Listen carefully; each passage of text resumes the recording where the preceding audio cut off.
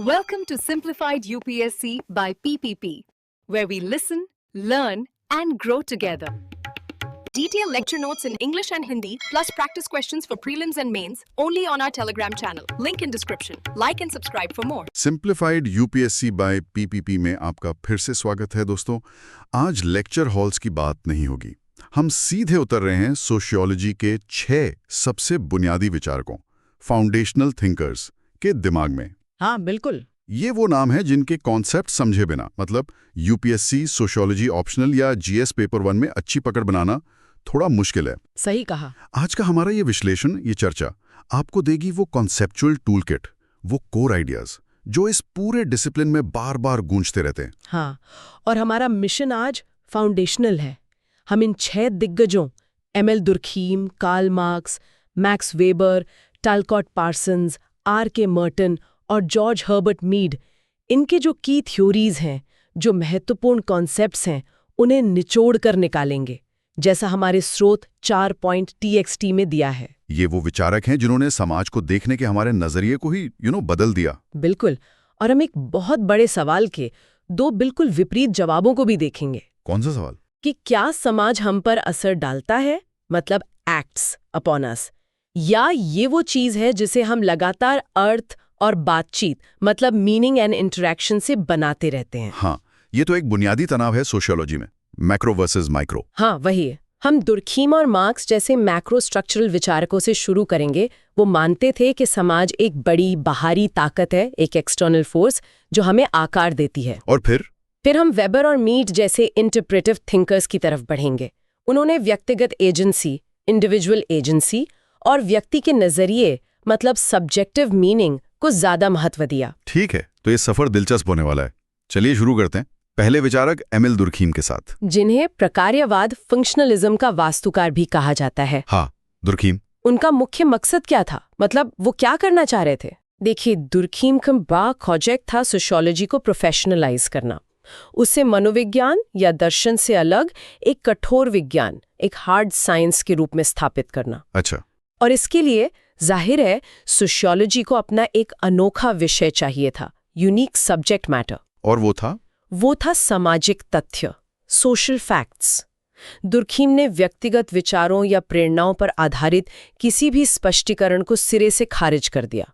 उन्होंने कहा सोशियोलॉजी को सुई जेनेरिस, मतलब अपनी तरह की अनोखी घटनाओं का अध्ययन करना है। सामाजिक तथ्य सुनने में थोड़ा भारी लगता है। आसान शब्दों में क्या है ये? आसान शब्दों में ये हमारे सोचने, महसूस करने और काम करने के वो तरीके हैं जो, पहली बात, व्यक्ति के लिए बाहरी हो। एक्सटर्नल। बाहरी मतलब मेरे दिमाग से बाहर। हाँ, आपके यहाँ मेरे दिमाग से बाहर, समाज में मौजूद। और दूसरी बात, उनमें दबाव डालने वाली शक्ति हो। Coercive power. दबाव डालने वाली शक्ति कैसे? उगते हैं या अजीब तरह से देखते हैं? बिल्कुल वही प्रतिक्रिया, वो डर्टी लुक्स या टोका टाकी, वो इस बाहरी दबाव डालने वाले तथ्य के अस्तित्व को दर्शाती है। ये चीजें सामूहिक अंतःक्रिया से उभरती हैं, पर एक बार बन जाने पर अपना जीवन जीती हैं और हम पर दबाव डालती हैं। ये सुई जेनेरिस हैं। ठीक है, तो बाहरी हैं, दबाव डालती हैं, और इनकी कुछ और विशेषताएं भी बताई थी दुर्खीम ने। हाँ, 4 मुख्य विशेषताएं बताई। पहला, बाहरीपन, व्यक्ति के दिमाग से बाहर मौजूद, हमारे जन्म से पहले थे, मृत्यु के बाद भी रहेंगे। दूसरा, बाध्यकारी, कंस्ट्रेनिंग, सीधा दबाव डालने वाला प्रभाव, जैसे नैतिक दायित्व या दोस्तों का दबाव। ठीक। तीसरा, सामान्यता, जेनरलिटी, ये समाज के औसत सदस्यों पर लागू होते हैं, किसी एक व्यक्ति की भावनाओं से स्वतंत्र। और चौथा, स्वतंत्रता, इंडिपेंडेंस, ये हमारी इच्छा से स्वतंत्र है। हम चाहें तो इन्हें खत्म नहीं कर सकते, जैसे गुरुत्वाकर्षण को नहीं कर सकते। ये तो बहुत स्पष्ट है।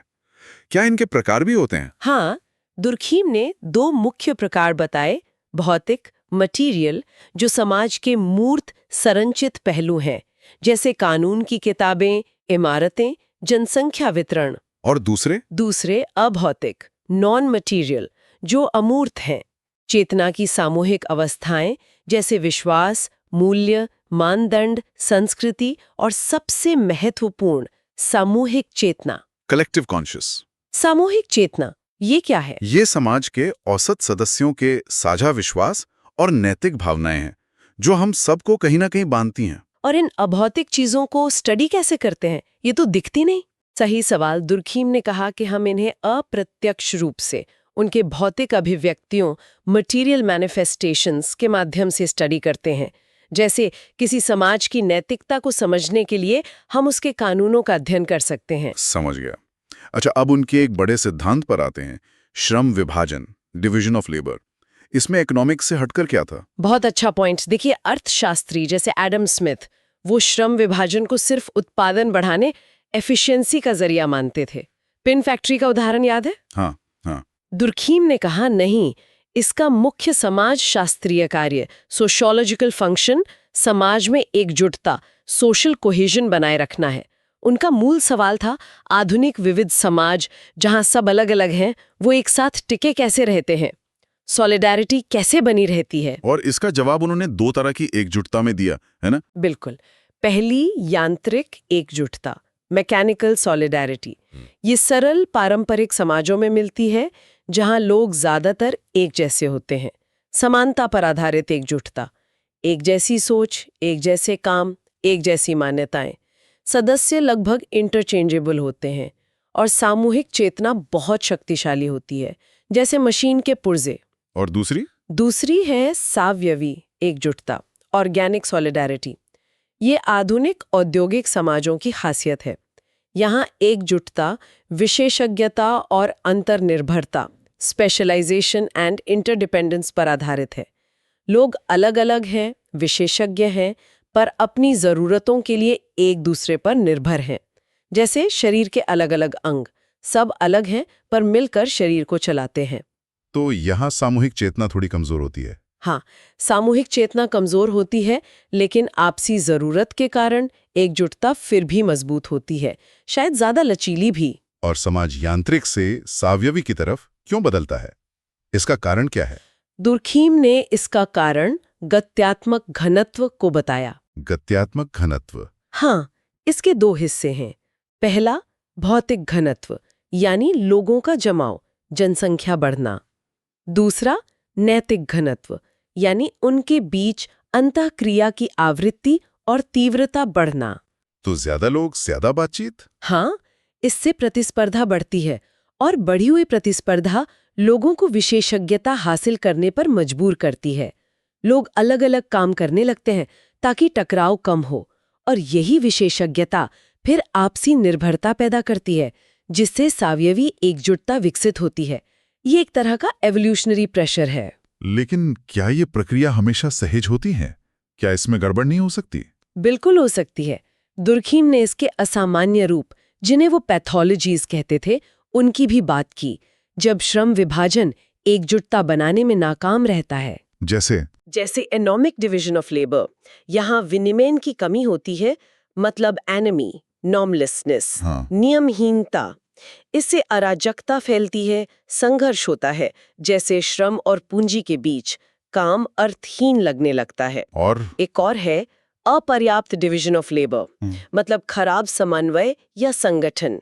इससे असंतुलन और टकराव होता है, जैसे हड़तालें या मांग आपूर्ति में गड़बड़ी। और एक तीसरा भी था शायद, जबरदस्ती वाला। हाँ, जबरदस्ती थोपा गया डिवीजन ऑफ लेबर।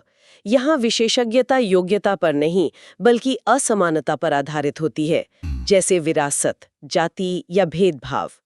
इससे गहरा असंतोष पैदा होता है, प्रतिभा दब जाती है और निर्भरता अन्यायपूर्ण हो जाती है। ये एनमी, नियमहीनता का विचार उनके आत्महत्या वाले अध्ययन में भी बहुत महत्वपूर्ण था, है ना? वो स्टडी तो क्लासिक मानी जाती है। हाँ, 1897 की उनकी किताब सुइसाइड एक मील का पत्थर है।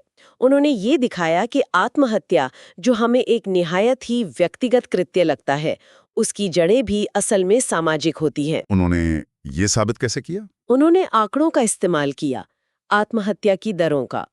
उन्होंने देखा कि ये दरें अलग अलग क्षेत्रों और समय में काफी स्थिर रहती हैं, लेकिन अलग अलग समूहों में भिन्न होती हैं। जैसे प्रोटेस्टेंट में कैथोलिक से ज्यादा, अविवाहितों में विवाहितों से ज्यादा। तो उन्होंने कहा कि ये दरें व्यक्तिगत चीज नहीं, बल्कि सामाजिक तथ्य, सोशल फैक्ट्स हैं। इन्हें सामाजिक शक्तियों, सोशल फोर्सेस से समझा जाना चाहिए। और वो सामाजिक शक्तियां कौन सी थीं? मुख्य रूप से दो। पहली एकीकरण, इंटीग्रेशन, मतलब व्यक्ति समाज या समूह से कितना मजबूती से जुड़ा हुआ महसूस करता है, सामाजिक बंधन कितने मजबूत हैं। और दूसरी विनियमन, रेगुलेशन, मतलब समूह व्यक्ति की इच्छाओं, महत्वाकांक्षाओं और व्यवहार पर कितना नैतिक नियंत्रण रखता है। तो इन दोनों के कम या ज्यादा होने से आत्महत्या का प्रकार बदल जाता है? बिल्कुल। इसी आधार पर उन्होंने आत्महत्या के 4 प्रकार बताए। जब एकीकरण बहुत कम होता है, व्यक्ति अलग-थलग महसूस करता है, तो अहमवादी आत्महत्या होती है, जैसे अविवाहित लोगों में दर्द ज्यादा होना। ठीक है। जब एकीकरण बहुत ज्यादा होता है, व्यक्ति समूह में इतना घुल मिल जाता है कि उसका अपना जीवन गौण हो जाता है, तो परोपकारी एल्ट्रिस्टिक आत्महत्या होती है, जैसे सैनिक का देश के लिए जान देना या सती प्रथा जैसे अनुष्ठानिक बलिदान। और एनोमिक आत्महत्या तब होती है जब विनियमन बहुत कम हो जाता है, जब समाज में अचानक बड़े बदलाव आते हैं, जैसे आर्थिक तेजी या मंदी, और पुराने नियम टूट जाते हैं, लोगों की इच्छाएं बेलगाम हो जाती हैं, निराशा बढ़ती है। और आखिरी चौथा है भाग्यवादी आत्महत्या। ये तब होती है जब विनियमन बहुत ज्यादा होता है, जब व्यक्ति का जीवन पूरी तरह से दबा हुआ, नियंत्रित और भविष्य अंधकार में लगे, जैसे दास या कैदी। हालांकि दुर्खीम ने इस पर सबसे कम ध्यान दिया। ये वर्गीकरण वाकई सामाजिक ताकतों के असर को बहुत साफ करता है। अच्छा, अब दुर्खीम के आखिरी बड़े विचार पर आते हैं, धर्म, रिलीजन पर।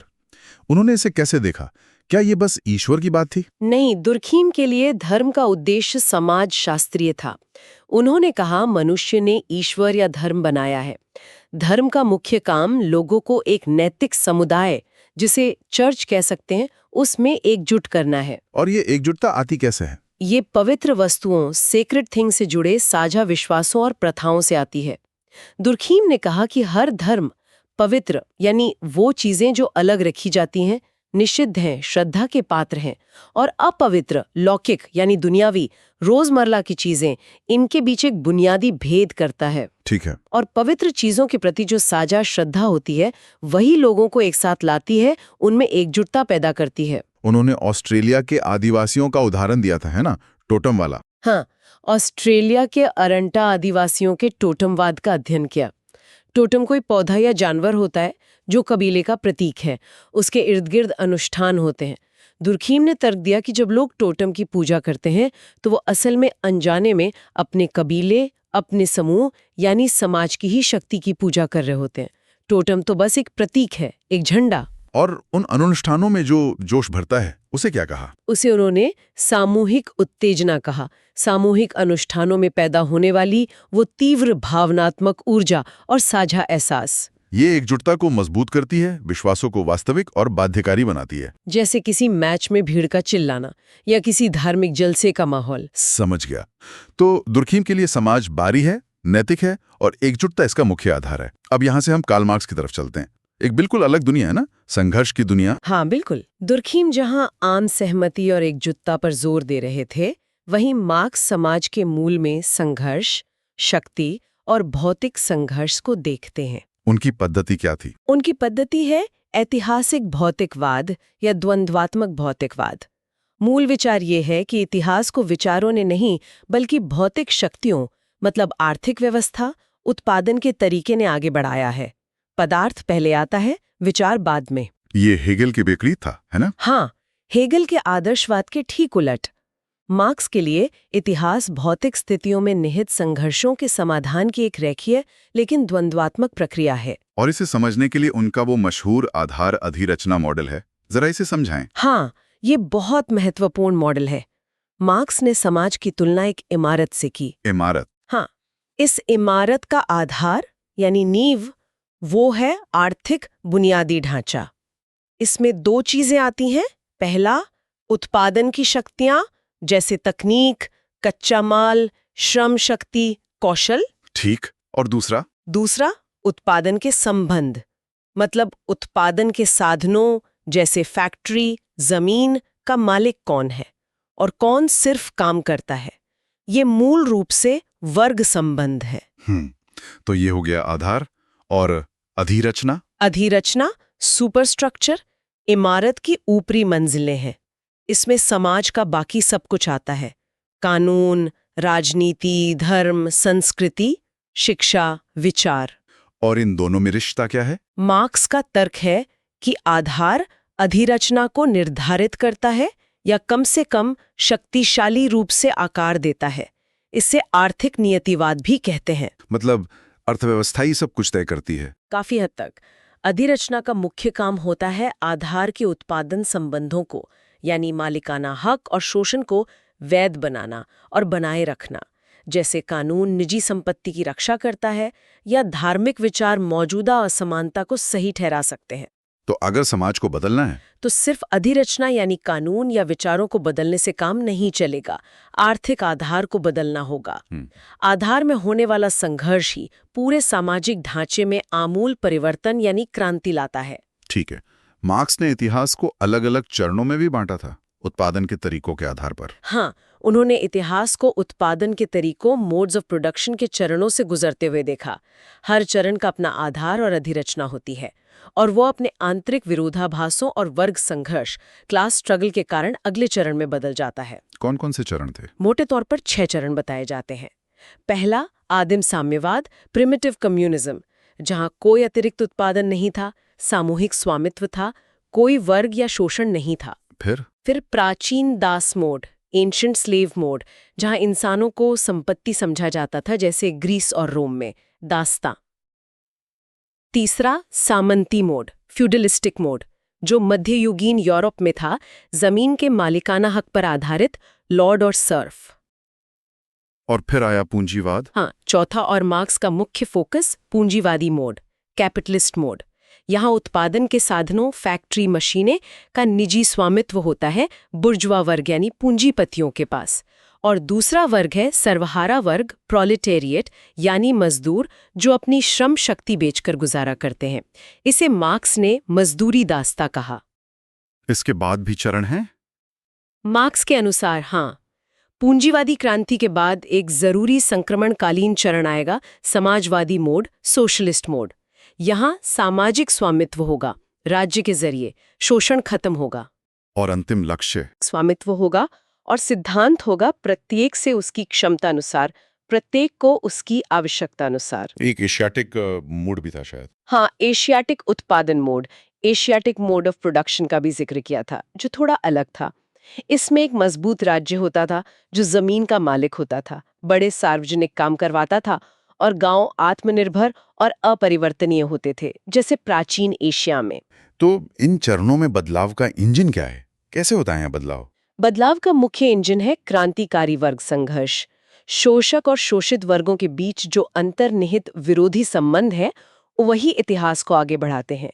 शासक वर्ग कभी स्वेच्छा से सत्ता नहीं छोड़ता, इसलिए क्रांति जरूरी है। पूंजीवाद की एक और बड़ी समस्या जो मार्क्स ने बताई, वो थी अलगाव, एलिनेशन। इसका क्या मतलब है? अलगाव यानी एलियनेशन, मतलब परायापन या कटाव। मार्क्स ने तर्क दिया कि पूंजीवाद के तहत मजदूर अपने काम से, अपने बनाए हुए उत्पाद से, अपने साथी मजदूरों से, और यहाँ तक कि अपनी मूल मानवीय क्षमता, अपनी रचनात्मकता से भी कट जाता है, पराया महसूस करता है। ऐसा क्यों होता है? क्योंकि उत्पादन के साधनों पर उसका कोई नियंत्रण नहीं होता। उसका श्रम बस एक चीज बन जाता है जिसे वो बेचता है। काम अक्सर नीरस, दोहराव वाला और अमानवीय होता है, सिर्फ पेट भरने का जरिया, आत्म अभिव्यक्ति का नहीं। ये कोई व्यक्तिगत भावना नहीं, बल्कि सिस्टम में ही अंतर्निहित एक संरचनात्मक मुद्दा है। इसके 4 आयाम बताए थे उन्होंने। हाँ, 4 आयाम।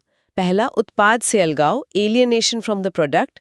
मजदूर चीज बनाता है पर वो उसकी नहीं होती, उस पर उसका कोई नियंत्रण नहीं होता। दूसरा, उत्पादन प्रक्रिया से अलगाव, alienation from the process of production. काम खुद ही बोरिंग और थकाने वाला होता है, मशीन की तरह। और बाकी 2? तीसरा, साथी कामगारों से अलगाव, एलियनेशन फ्रॉम फेलो वर्कर्स। पूंजीवाद सहयोग की जगह प्रतिस्पर्धा को बढ़ावा देता है, सहकर्मी भी प्रतिद्वंदी बन जाते हैं। और चौथा, सबसे गहरा, स्वयं से प्रजाति अस्तित्व से अलगाव, alienation from the self species being. इंसान की जो मूल क्षमता है स्वतंत्र, सचेत, रचनात्मक काम करने की, उससे ही वो कट जाता है, काम अमानवीय बन जाता है। ये तो काफी गंभीर तस्वीर है। इसी से जुड़ी एक और अवधारणा है पणीय पूजा, कमोडिटी फेटिशिज्म, ये क्या चीज है? हाँ, पुण्य पूजा। इसका मतलब है कि पूंजीवाद में हम चीजों के उत्पादन में लगे सामाजिक संबंधों को भूल जाते हैं, वो अस्पष्ट हो जाते हैं। कैसे? हम ये भूल जाते हैं कि चीजों का मूल्य उनमें लगे श्रम से आता है। हम वस्तुओं को ऐसे देखने लगते हैं जैसे उनमें कोई जादुई आंतरिक मूल्य हो जो सिर्फ विनिमय मूल्य यानी बाजार की कीमत से तय होता है। और इसका नतीजा? चीज के उपयोगिता मूल्य को भी नजरअंदाज कर देते हैं। श्रम खुद एक बिकाऊ वस्तु, एक कमोडिटी बन जाता है। ये चीजों का अमानवीयकरण है। मार्क्स ने वर्ग चेतना की भी बात की थी। अपने आप में वर्ग और स्वयं के लिए वर्ग में क्या अंतर है? हाँ, ये बहुत जरूरी फर्क है। अपने आप में वर्ग, क्लास इन इटसेल्फ, क्लासे अनजिख, बस एक समूह की वस्तुनिष्ठ स्थिति है जो उत्पादन के साधनों के साथ उनके साझा संबंध पर आधारित है। जैसे सारे फैक्ट्री मजदूर एक अपने आप में वर्ग हैं, चाहे वो इस बात को महसूस करें या ना करें। और स्वयं के लिए वर्ग? क्लास फॉर इटसेल्फ तब बनता है जब उस वर्ग में वर्ग चेतना, क्लास कॉन्शियसनेस विकसित हो जाती है।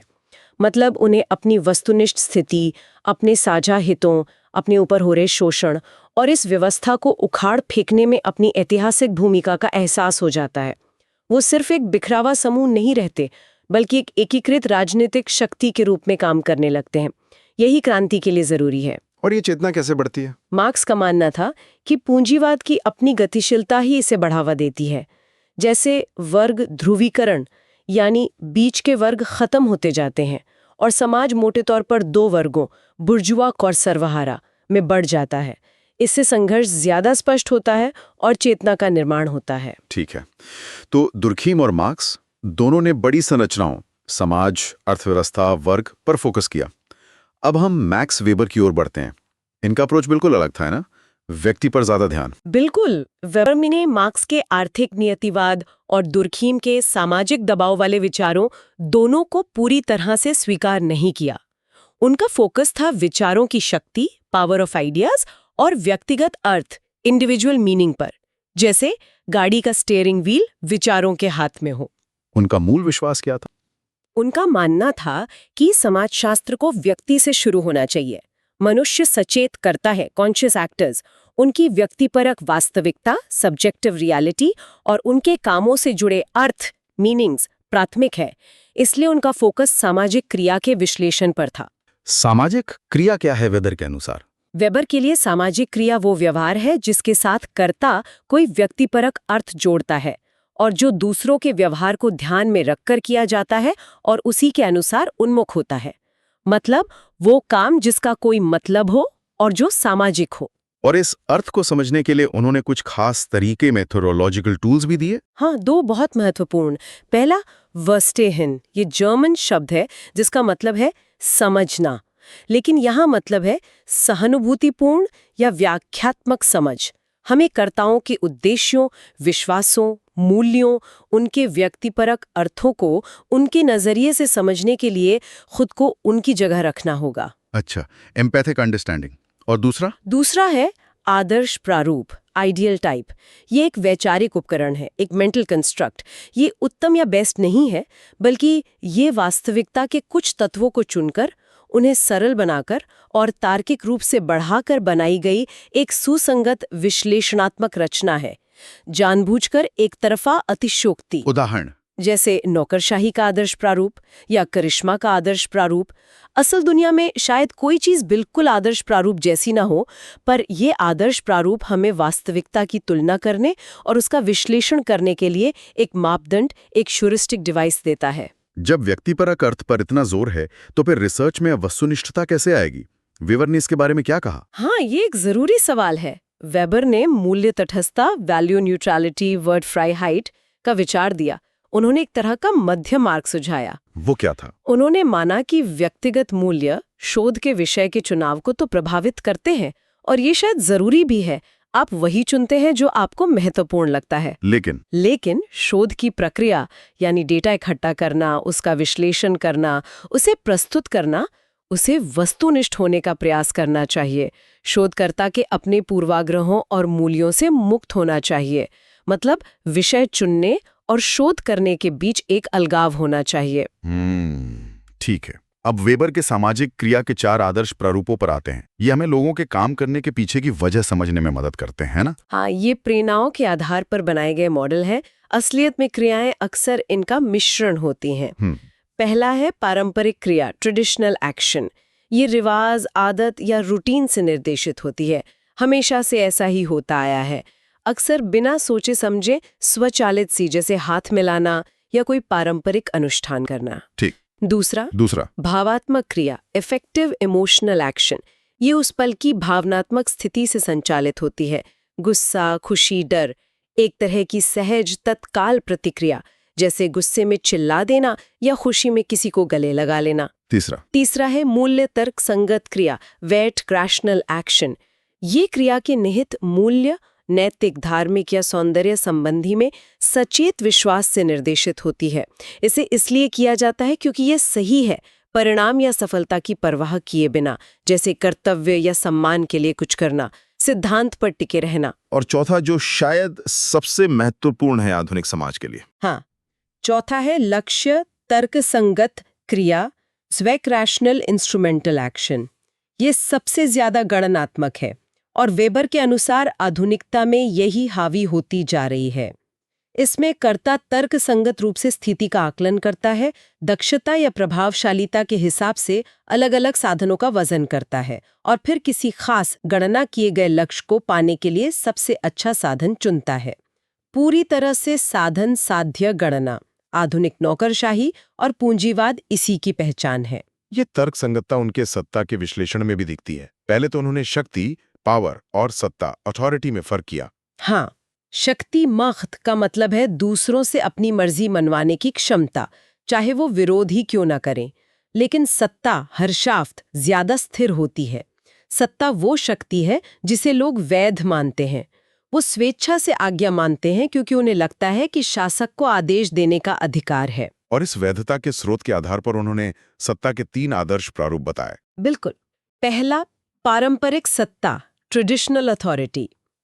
यहाँ वैधता लंबे समय से चली आ रही परंपराओं, रीति रिवाजों या विरासत में मिली स्थिति की पवित्रता में विश्वास से आती है।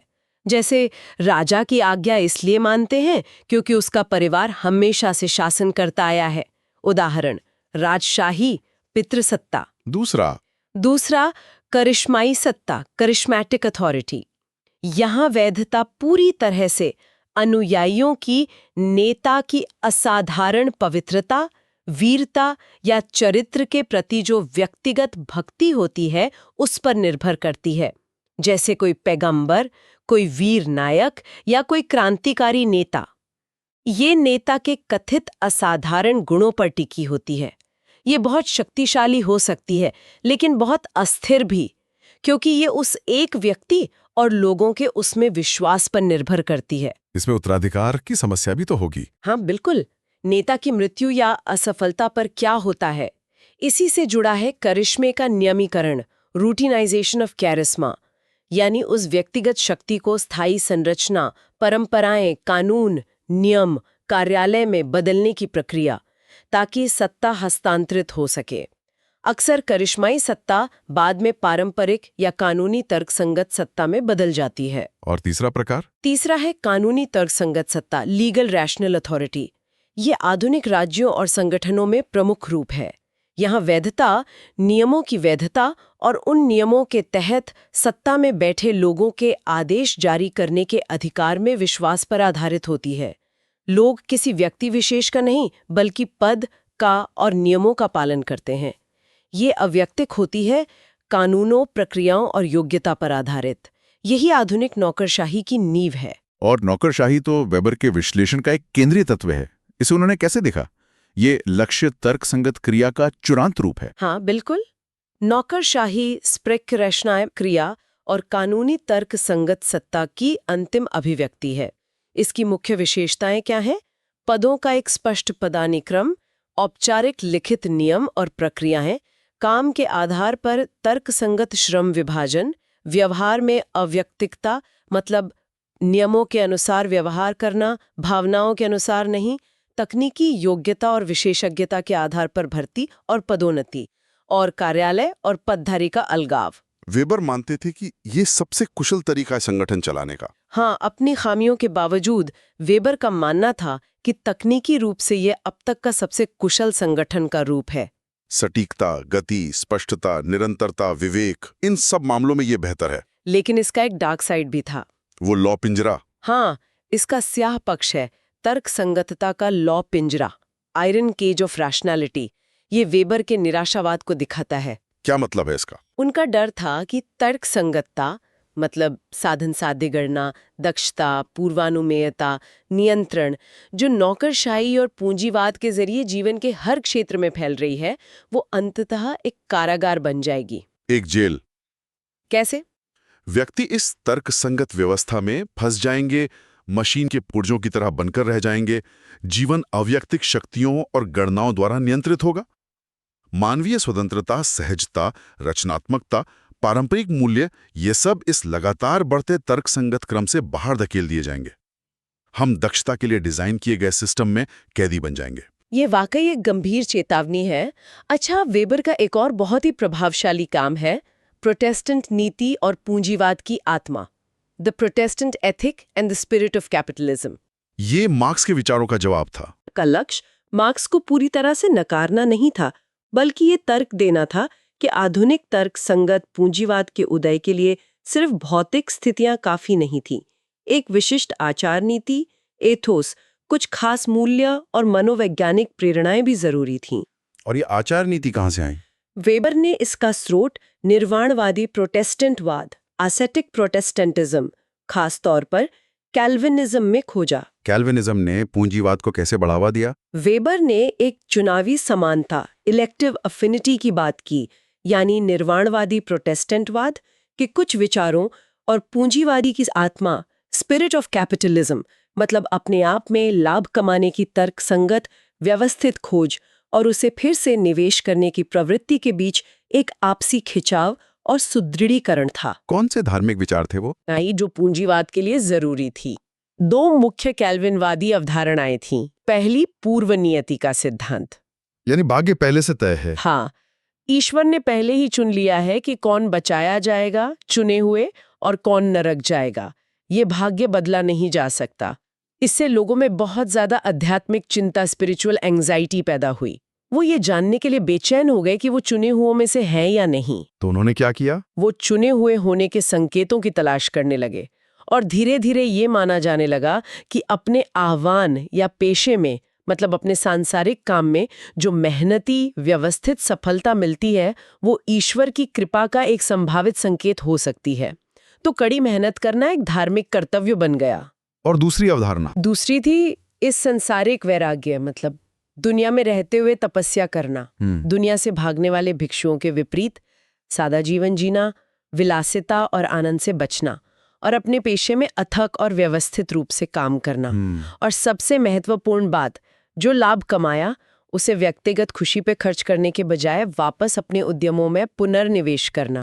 तो कड़ी मेहनत और बचत। पुनर्निवेश, हाँ, कड़ी मेहनत प्लस बचत, पुनर्निवेश, जो मूल रूप से धार्मिक चिंता से प्रेरित थी। हाँ, इससे अनजाने में व्यवस्थित पूंजी जमा होने लगी, हाँ, प्लस एक अनुशासित तर्कसंगत कार्यनीति बनी। हाँ, इसी से पूंजीवाद की आत्मा पैदा हुई, हाँ, और जिसने आधुनिक तर्कसंगत पूंजीवाद के विकास में मदद की। इसने मनोवैज्ञानिक रूप से वो उद्यमी बनाया जिसकी पूंजीवाद को जरूरत थी। ये तो बहुत ही दिलचस्प कनेक्शन है विचारों और अर्थव्यवस्था के बीच। अच्छा, वेबर के बाद अब हम वापस मैक्रो फंक्शनलिज्म की ओर चलते हैं, लेकिन 20th सेंचुरी के अमेरिकन अंदाज में। टैलकॉट पार्सन्स, हाँ, इनका क्या मुख्य योगदान था? पार्सन्स ने समाज का एक बहुत ही महत्वाकांक्षी भव्य सिद्धांत, ग्रैंड थ्योरी बनाने की कोशिश की। वेबर के तरह उन्होंने भी शुरुआत सामाजिक क्रिया से की, लेकिन उसे ऊपर उठाकर एक पूरी व्यवस्था के स्तर पर ले गए। उन्होंने संरचनात्मक प्रकार्यवाद, स्ट्रक्चरल फंक्शनलिज्म की नींव रखी। उनका शुरुआती विचार क्या था क्रिया के बारे में? उनका था स्वैच्छिक सामाजिक क्रिया सिद्धांत, वॉलंटरिस्टिक थियरी ऑफ सोशल एक्शन। मतलब कर्ता चुनाव तो करते हैं, एजेंसी है, लेकिन उनके चुनाव हमेशा समाज के आंतरिकीकृत मानदंडों और मूल्यों द्वारा बाधित और उन्मुख होते हैं। एक तरह से सामाजिक सीमाओं के भीतर स्वतंत्र इच्छा। और फिर उन्होंने व्यवस्था की बात की, सिस्टम्स। हाँ, उन्होंने सामाजिक दुनिया को परस्पर जुड़ी हुई व्यवस्थाओं, सिस्टम्स के रूप में देखा। 4 मुख्य क्रिया प्रणालियां बताईं जो एक दूसरे में नेस्टेड हैं और इंटरैक्ट करती हैं। कौन सी 4? सबसे नीचे जैविक प्रणाली, ऑर्गेनिज्मिक सिस्टम, हमारा शरीर। फिर व्यक्तित्व प्रणाली, पर्सनैलिटी सिस्टम, व्यक्ति की मनोवैज्ञानिक बनावट, प्रेरणाएं। फिर सामाजिक प्रणाली, सोशल सिस्टम, जो उनका मुख्य फोकस था, यानी भूमिकाओं, स्थितियों, संस्थाओं से बनी अंतःक्रिया की व्यवस्था। और सबसे ऊपर सांस्कृतिक प्रणाली, कल्चरल सिस्टम, यानी प्रतीक, मानदंड, मूल्य, विश्वास, ज्ञान की व्यापक व्यवस्था। और इनमें नियंत्रण कैसे होता है? उन्होंने साइबरनेटिक नियंत्रण पदानुक्रम, साइबरनेटिक हायरार्की ऑफ कंट्रोल का विचार दिया। जो प्रणालियां सूचना में उच्च हैं, जैसे सांस्कृतिक प्रणाली, वो उन प्रणालियों को नियंत्रित करती हैं जो ऊर्जा में उच्च है, जैसे जैविक प्रणाली। तो संस्कृति समाज को, समाज व्यक्ति को और व्यक्ति शरीर को नियंत्रित करता है। सूचना ऊर्जा को नियंत्रित करती है। ये तो काफी जटिल है। उनका सबसे प्रसिद्ध मॉडल शायद AGIL है। हाँ, AGIL मॉडल बहुत प्रसिद्ध है। ये वो 4 आवश्यक समस्याएं या कार्यात्मक पूर्वापेक्षाएं हैं जिन्हें किसी भी सामाजिक व्यवस्था को संतुलन बनाए रखने और जीवित रहने के लिए हल करना ही होगा। ये AGIL एक संक्षिप्त नाम है। AGIL, इनका मतलब क्या है? A है अनुकूलन, अडैप्टेशन, बाहरी वातावरण से निपटना, जरूरी संसाधन हासिल करना और बांटना। ये काम मुख्य रूप से अर्थव्यवस्था, इकोनॉमी करती है। जी। G है लक्ष्य प्राप्ति, गोल अटेनमेंट, समाज के लिए उद्देश्य परिभाषित करना और उन्हें प्राप्त करने के लिए संसाधन जुटाना। ये काम राजनीतिक क्षेत्र या सरकार, पॉलिटी का है। I है एकीकरण, इंटीग्रेशन, व्यवस्था के अलग-अलग हिस्सों के बीच तालमेल बिठाना, संघर्ष का प्रबंधन करना, समन्वय और एकजुटता सुनिश्चित करना। ये काम सामाजिक संस्थाएं, कानून, समुदाय, सोशल इंस्टीट्यूशंस, लॉ, कम्युनिटी करते हैं। और L? L है अव्यक्तता, प्रतिमान, अनुरक्षण, latency, pattern management and tension management, यानी सांस्कृतिक प्रतिमानों, मानदंडों, मूल्यों को बनाए रखना और नवीनीकृत करना, और साथ ही कर्ताओं के आंतरिक तनावों और प्रेरणाओं का प्रबंधन करना। ये काम मुख्य रूप से सांस्कृतिक प्रणालियां, कल्चरल सिस्टम्स करती हैं, जैसे परिवार, धर्म, शिक्षा के माध्यम से। तो ये 4 काम हर समाज को करने पड़ते हैं। पार्सन्स ने पैटर्न वेरिएबल्स की भी बात की थी। हाँ, प्रतिमानचर, ये 5 बुनियादी दुविधाएं या विकल्प हैं जिनका सामना कर्ता किसी भूमिका की स्थिति में करता है। ये पारंपरिक बनाम आधुनिक समाजों की तुलना करने में मदद करते हैं। ये 5 जोड़े हैं। जैसे पहला, प्रभावशीलता बनाम प्रभावी तटस्थता, अफेक्टिविटी वर्सेस अफेक्टिव न्यूट्रलिटी। क्या हम तत्काल भावनात्मक संतुष्टि चाहते हैं या अनुशासित रहते हैं? दूसरा, स्व अभिविन्यास बनाम सामूहिकता अभिविन्यास, self orientation versus collectivity orientation. क्या हम पहले अपने हित देखते हैं या समूह के? और तीसरा, आरोपण बनाम उपलब्धि, अस्क्रिप्शन वर्सेस अचीवमेंट। क्या हम लोगों को उनके जन्मजात गुणों जैसे जाति, लिंग के आधार पर आंकते हैं या उनके प्रदर्शन और उपलब्धि के आधार पर? चौथा, विशिष्टतावाद बनाम सार्वभौमिकतावाद, पर्टिकुलरिज्म वर्सेस यूनिवर्सलिज्म। क्या हम खास रिश्तों के आधार पर पक्षपात व्यवहार करते हैं या सब पर समान नियम लागू करते हैं? और पांचवा, विसरण बनाम विशिष्टता, डिफ्यूसिवनेस वर्सेस स्पेसिफिसिटी। क्या हमारे दायित्वों का दायरा बहुत व्यापक और अपरिभाषित है, जैसे दोस्ती में, या संकीर्ण और विशिष्ट है, जैसे डॉक्टर मरीज का रिश्ता? पार्सन्स के अनुसार आधुनिक समाज उपलब्धि, सार्वभौमिकतावाद, विशिष्टता और तटस्थता की ओर बढ़ता है। पार्सन्स का काम बहुत व्यापक है, लेकिन शायद थोड़ा अमूर्त भी। उनके छात्र R.K. मर्टन ने उनके भव्य सिद्धांत की आलोचना की थी। हाँ, मर्टन भी प्रकार्यवादी थे, लेकिन वो पार्सन्स के भव्य सिद्धांत के आलोचक थे। उन्होंने कहा कि हमें इतने बड़े, सब कुछ समझाने वाले सिद्धांतों की जरूरत नहीं है। हमें चाहिए मध्य श्रेणी सिद्धांत, theories of the middle range. मध्य श्रेणी सिद्धांत, ये क्या है? ये वो सिद्धांत हैं जो बहुत छोटी रोजमर्रा की परिकल्पनाओं और बहुत बड़े अमूर्त भव्य सिद्धांतों के बीच में आते हैं। ये इतने विशिष्ट होते हैं कि उनकी अनुभवजन्य जांच एम्पेरिकल टेस्टिंग की जा सके, लेकिन इतने सामान्य भी होते हैं कि वो घटनाओं की एक श्रृंखला की व्याख्या कर सकें, जैसे उनका संदर्भ समूह का सिद्धांत या एनोमी का सिद्धांत, ज्यादा जमीन से जुड़े, ज्यादा परीक्षण योग्य। और मर्टन ने प्रकार्यवाद की कुछ बुनियादी धारणाओं पर भी सवाल उठाए। हाँ, उन्होंने 3 मुख्य धारणाओं की आलोचना की। पहली, कार्यात्मक एकता की धारणा।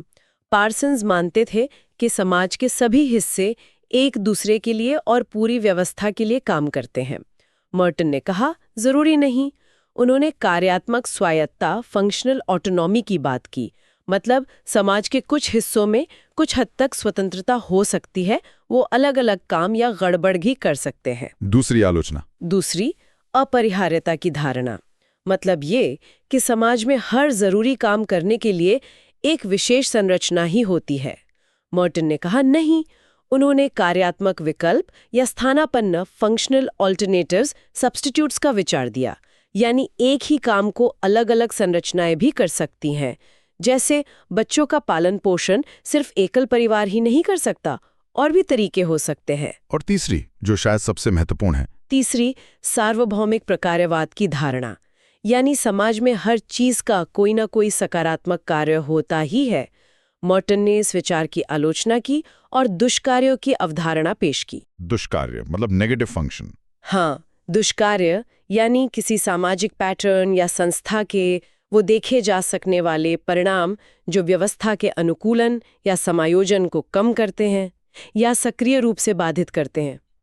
जैसे नौकरशाही कुशल हो सकती है, ये उसका प्रकार्य है, लेकिन वो कर्मचारियों के मनोबल और नवाचार को नुकसान पहुंचा सकती है, ये उसका दुष्कार्य है। हमें प्रकार्य और दुष्कार्य दोनों का विश्लेषण करना चाहिए। ये तो बहुत जरूरी सुधार है। और उन्होंने प्रकट, मैनिफेस्ट और अव्यक्त, लेटेंट प्रकार्यों में भी फर्क किया था। हाँ, ये भी बहुत महत्वपूर्ण योगदान है। प्रकट प्रकार्य, मैनिफेस्ट फंक्शंस, किसी सामाजिक पैटर्न या क्रिया के इच्छित, मान्यता प्राप्त और स्पष्ट रूप से बताए गए उद्देश्य या परिणाम होते हैं। मतलब लोग क्या हासिल करना चाहते हैं। और अव्यक्त प्रकार्य, लेटेंट फंक्शंस, उसी पैटर्न या क्रिया के अनपेक्षित, गैर मान्यता प्राप्त और अक्सर छिपे हुए परिणाम होते हैं। ये साइड इफेक्ट्स की तरह हैं। ये कार्यात्मक भी हो सकते हैं, दुष्क्रियात्मक भी या अप्रासंगिक भी। इसका कोई क्लासिक उदाहरण? हाँ, उनका क्लासिक उदाहरण है होपी वर्षा नृत्य, अमेरिका की एक आदिवासी जनजाति का नृत्य। उसका प्रकट प्रकार्य क्या था? प्रकट प्रकार्य था जादुई रूप से बारिश लाना, यही उनका इरादा था। और अव्यक्त प्रकार्य था कि ये साझा अनुष्ठान पूरे समुदाय को एक साथ लाता था, समूह की पहचान को पुष्ट करता था और सामाजिक एकजुटता को मजबूत करता था। ये अनअपेक्षित था, शायद लोग इसके बारे में सोचते भी नहीं थे, लेकिन समूह के सामंजस्य के लिए ये बहुत महत्वपूर्ण था। मर्टन ने तर्क दिया कि ये अनुष्ठान शायद इसलिए बना रहा क्योंकि इसका ये अव्यक्त प्रकार्य था, भले ही बारिश लाने का प्रकट प्रकार्य पूरा ना होता हो। ये तो कमाल का विश्लेषण है, उन छिपी हुई चीजों को देखना जो समाज को चलाती हैं। हाँ, और इसी से जुड़ा है अप्रत्याशित परिणाम का विचार। ये एक व्यापक श्रेणी है जिसमें सभी अनअपेक्षित परिणाम आ जाते हैं, चाहे वो कार्यात्मक हो, दुष्क्रियात्मक हो, प्रकट हो या अव्यक्त। मर्टन का एक और बहुत प्रभावशाली सिद्धांत है विचलन का तनाव सिद्धांत, स्ट्रेंथ थ्योरी ऑफ डिविएंस। ये दुर्खीम की एनोमी का ही एक विस्तार है। हाँ, ये दुर्कीम की एनोमी की अवधारणा का एक बहुत महत्वपूर्ण अनुकूलन है। मर्टोनियन एनोमी क्या है? ये वो तनाव है जो व्यक्तियों में तब पैदा होता है जब सांस्कृतिक रूप से निर्धारित लक्ष्यों, कल्चरली प्रिस्क्राइब्ड गोल्स, जैसे अमेरिकन समाज में धन और सफलता पाना, अमेरिकन ड्रीम, और उन लक्ष्यों को प्राप्त करने के संस्थागत साधनों, इंस्टीट्यूशनलाइज्ड मीन्स, यानी वैध उपलब्ध तरीके जैसे शिक्षा, कड़ी मेहनत के बीच एक महत्वपूर्ण विसंगति या दूरी होती है। मतलब लक्ष्य तो सबके लिए है, पर रास्ते सबके लिए खुले नहीं हैं। बिल्कुल, समाज सबको सफलता के लक्ष्य तो सिखाता है, लेकिन उन लक्ष्यों तक पहुंचने के वैध साधन जैसे अच्छी नौकरी, शिक्षा, सामाजिक संरचना के कारण जैसे गरीबी, भेदभाव सबके लिए समान रूप से उपलब्ध नहीं होते। इससे तनाव या एनोमी पैदा होता है, और मर्टन के अनुसार यही तनाव विचलित व्यवहार का एक प्रमुख स्रोत है। और इस तनाव से निपटने के लोग अलग-अलग तरीके अपनाते हैं। हाँ, मर्टन ने लक्ष्यों और साधनों को स्वीकार प्लस या अस्वीकार माइनस करने के आधार पर अनुकूलन के 5 तरीके बताए। पहला, अनुरूपता, कन्फॉर्मिटी, लक्ष्य प्लस साधन प्लस। ज्यादातर लोग यही करते हैं, नियमों का पालन करते हैं। दूसरा, नवाचार, इनोवेशन, लक्ष्य प्लस साधन माइनस। सफलता तो चाहते हैं पर वैध साधन नहीं अपनाते, इसलिए अवैध या आपराधिक तरीके इस्तेमाल करते हैं, जैसे चोरी, ड्रग्स बेचना। तीसरा, कर्मकांडवाद, रिचुअलिज्म, लक्ष्य माइनस साधन प्लस। सफलता के लक्ष्य को तो छोड़ देते हैं पर नियमों और प्रक्रियाओं से बुरी तरह चिपके रहते हैं, जैसे कोई नौकरशाह जो बस नियमों का पालन करता है भले ही उसका कोई मतलब न निकले। चौथा, प्रत्याहारवाद, रिट्रीटिज्म, लक्ष्य माइनस साधन माइनस। ये लोग समाज के लक्ष्यों और साधनों दोनों को छोड़ देते हैं और एक तरह से समाज से बाहर हो जाते हैं, जैसे शराबी, नशेड़ी या कुछ आवारा लोग। और पांचवा, ये लोग मौजूदा लक्ष्यों और साधनों को सिर्फ छोड़ते नहीं बल्कि उनकी जगह नए लक्ष्य और साधन लाने की कोशिश करते हैं। एक नई सामाजिक व्यवस्था बनाना चाहते हैं, जैसे क्रांतिकारी या कट्टरपंथी समूह। ये 5 तरीके विचलन को समझने का एक बहुत अच्छा फ्रेमवर्क देते हैं। अच्छा, मर्टन ने संदर्भ समूह की अवधारणा भी दी थी। हाँ, संदर्भ समूह। ये वो समूह होता है जिसका उपयोग व्यक्ति खुद का मूल्यांकन करने के लिए, अपने नजरिए, अपनी क्षमताओं, अपने व्यवहार को आंकने के लिए एक मानक या संदर्भ बिंदु के रूप में करता है। वो समूह जिससे आप अपनी तुलना करते हैं। ये वो समूह हो सकता है जिसका मैं हिस्सा हूँ? हाँ, ये आपका सदस्यता समूह हो सकता है जिसका आप हिस्सा हैं, या ये गैर सदस्यता समूह भी हो सकता है, कोई ऐसा समूह जिसकी आप प्रशंसा करते हैं या जिसका हिस्सा बनने की आप इच्छा रखते हैं। इसी से जुड़ा है प्रत्याशित समाजीकरण। हाँ, प्रत्याशित समाजीकरण। इसमें व्यक्ति उस समूह के मूल्यों, मानदंडों और व्यवहारों को सीखना और अपनाना शुरू कर देता है जिसमें वो भविष्य में शामिल होने की आकांक्षा रखता है। एक तरह से भविष्य की भूमिका के लिए अभ्यास करना, जैसे कोई मेडिकल छात्र डॉक्टर की तरह व्यवहार करने लगे। ये नए समूह में जाने को आसान बनाता है। बहुत बढ़िया। मर्टन के बाद अब हम इस सफर के आखिरी विचारक पर आते हैं, और यहां हम पूरी तरह से सूक्ष्म स्तर पर जा रहे हैं। जॉर्ज हर्बर्ट मीड, प्रतीकात्मक अंतःक्रियावाद के जनक। हाँ, मीड। हालांकि उन्होंने खुद ये शब्द सिंबॉलिक इंटरैक्शनिज्म इस्तेमाल नहीं किया था, पर उन्हें इसका संस्थापक माना जाता है। यहाँ फोकस पूरी तरह से व्यक्ति पर और खास तौर पर स्व, यानी हमारी अपनी पहचान, मैं कौन हूँ की भावना कैसे विकसित होती है, इस पर है। और उनका मूल विचार क्या था स्व के बारे में? क्या ये जन्म से होता है? नहीं, यही मीड का क्रांतिकारी विचार था। स्व जन्मजात या अंतर्निहित नहीं है, ये पूरी तरह से सामाजिक अंतःक्रिया, सोशल इंटरैक्शन के माध्यम से विकसित होता है, खास तौर पर भाषा और अन्य प्रतीकों, लैंग्वेज एंड अदर सिंबल्स के उपयोग के माध्यम से। उनका कहना था बिना समाज के स्व का विकास हो ही नहीं सकता। यानी स्व समाज की देन है। हमारा मन भी? हाँ, मन भी कोई भौतिक चीज नहीं बल्कि एक प्रक्रिया है, अपने आप से लगातार चलने वाली आंतरिक बातचीत, जिसमें हम दूसरों से सीखी हुई भाषा और प्रतीकों का इस्तेमाल करते हैं। मन भी सामाजिक अंतःक्रिया से ही उभरता है। तो ये स्व विकसित कैसे होता है? क्या इसकी कोई चरण है? हाँ, मीड ने कहा कि ये चरणों में हासिल किया जाता है, खासकर बचपन में। 2 मुख्य चरण बताए। पहला, खेल अवस्था। इसमें क्या होता है? इसमें बच्चा एक एक करके महत्वपूर्ण अन्य, यानी उसके जीवन में जो महत्वपूर्ण लोग हैं, जैसे मम्मी, पापा, टीचर, डॉक्टर, उनकी भूमिका निभाना सीखता है। वो मम्मी बनता है, डॉक्टर बनता है। वो दुनिया को उस एक भूमिका के नजरिए से देखता है। इस स्टेज पर स्व अभी भी खंडित होता है, पूरा नहीं। और दूसरा चरण? दूसरा और ज्यादा महत्वपूर्ण चरण है क्रीड़ा अवस्था, गेम स्टेज। ये एक एकीकृत स्व के विकास के लिए निर्णायक है। यहाँ बच्चा सिर्फ एक भूमिका नहीं बल्कि एक संगठित खेल जैसे बेसबॉल या क्रिकेट में भाग लेना सीखता है, जहाँ उसे एक साथ एकाधिक अन्य मल्टीपल अदर्स की भूमिकाएं लेनी पड़ती हैं। एक साथ कई भूमिकाएं? कैसे? उदाहरण के लिए बेसबॉल का खेल सोचिए। अगर बच्चा पिचर है तो उसे न सिर्फ अपनी भूमिका समझनी है बल्कि मैदान पर मौजूद बाकी सभी खिलाड़ियों, बल्लेबाज, कैचर, फील्डर की भूमिकाओं और उनके आपसी संबंधों को भी समझना होगा। उसे ये अंदाजा लगाना होगा कि कौन क्या कर सकता है या करेगा नियमों के आधार पर। उसे पूरे खेल को एक प्रणाली, एक सिस्टम के रूप में समझना होगा। अच्छा, यानी दूसरों के नजरिए को एक साथ समझना। हाँ, और इसी प्रक्रिया में बच्चा सामान्यकृत अन्य, द जनरलाइज्ड अदर की अवधारणा को विकसित करता है। सामान्यकृत अन्य, ये क्या है? सामान्यकृत अन्य यानी उस पूरे समुदाय या सामाजिक समूह जिससे वो संबंधित है, उसके संगठित अमूर्त दृष्टिकोण, अपेक्षाओं, नियमों और मूल्यों का सेट। एक तरह से पूरे समाज या टीम के नजरिए को अपने अंदर समाहित कर लेना। जिसका फायदा क्या है? ये हमें अपने व्यवहार को सिर्फ किसी एक व्यक्ति, जैसे मम्मी या पापा, के नजरिए से नहीं, बल्कि पूरे समूह या समाज के मानकों के दृष्टिकोण से देखने और मूल्यांकन करने की अनुमति देता है।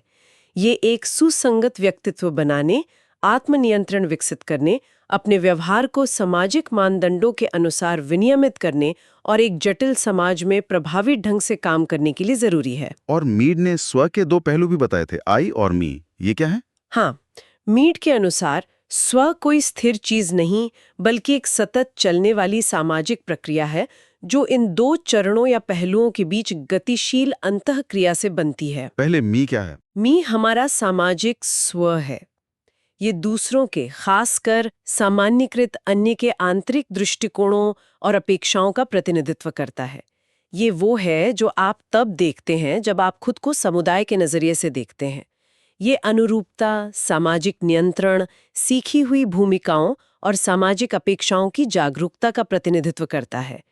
ये एक तरह से वस्तुनिष्ठ स्व है, समाज मी के जरिए हमारे दिमाग में आता है। और आई? आई हमारा सक्रिय स्व है। ये मी या दूसरों के दृष्टिकोण के प्रति हमारी तत्काल, सहज, अप्रत्याशित, सक्रिय प्रतिक्रिया है। ये हमारे व्यक्तिपरक आवेग हैं, वो स्व जो यहाँ और अभी में कार्य करता है। ये नवीनता, पहल, सहजता और रचनात्मक क्रिया का स्रोत है। ये वो है जो पल में प्रतिक्रिया करता है। तो ये दोनों लगातार बातचीत करते रहते हैं। हाँ, ये एक गतिशील प्रक्रिया है। मी स्थिति और सामाजिक बाधाएं जैसे मानदंड प्रस्तुत करता है। आई इस पर प्रतिक्रिया करता है, हमारा वास्तविक प्रदर्शन, जो अनुरूप भी हो सकता है और विचलित भी। तो संतुलन जरूरी है। बिल्कुल। मी सामाजिक नियंत्रण सुनिश्चित करता है, आई हमें एजेंसी, विशिष्टता देता है और यही सामाजिक परिवर्तन को भी संचालित करता है, क्योंकि नई प्रतिक्रियाएं यहीं से आती हैं। आई ये सुनिश्चित करता है कि व्यक्ति सिर्फ समाज की कठपुतली न बनकर रह जाए। वाह, तो हमने दुर्खीम के बाहरी दबाव डालने वाले समाज से शुरुआत की और मीट के आंतरिक सामाजिक रूप से निर्मित स्व तक पहुंचे। एक तरफ सामाजिक तथ्य, संरचना है, वर्ग संघर्ष, व्यवस्था, दूसरी तरफ अर्थ, अंतःक्रिया, प्रतीक और स्व। कमाल का सफर। बिल्कुल। हमने देखा कि कैसे दुर्खीम ने एकजुटता और सामाजिक तथ्यों की बात की, मार्क्स ने संघर्ष और भौतिक आधार की, वेबर ने अर्थ, क्रिया और तर्कसंगतता की, पार्सन्स ने व्यवस्था और एजीआईएल की, मल्टन ने मध्य श्रेणी के सिद्धांतों, दुष्कार्यों और तनाव की, और मीड ने प्रतीकों, अंतरक्रिया और स्व के निर्माण की। ये सभी विचार समाजशास्त्र की नींव हैं और यूपीएससी के लिहाज से अत्यंत महत्वपूर्ण हैं। तो दोस्तों, ये थी हमारी आज की गहरी चर्चा इन 6 फाउंडेशनल थिंकर्स पर। यहाँ आपके लिए एक सवाल छोड़कर जा रहा हूँ जिस पर आप सोच सकते हैं।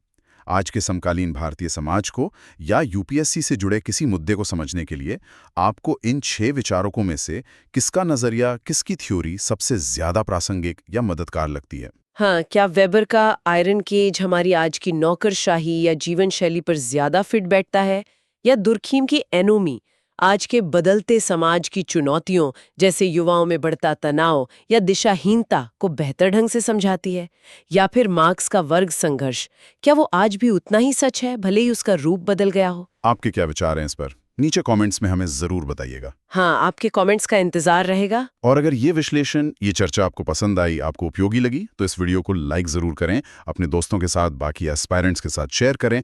और हाँ, अगर अभी तक नहीं किया है तो सिंप्लीफाइड यूपीएससी बाय पीपीपी को सब्सक्राइब करना बिल्कुल ना भूलें। हम ऐसे ही और विश्लेषण लेकर आते रहेंगे। मिलते हैं अगली बार एक और गहरी चर्चा के साथ। धन्यवाद। धन्यवाद। Thanks for watching. Follow us on Telegram and Instagram. Don't forget to like, share, and subscribe.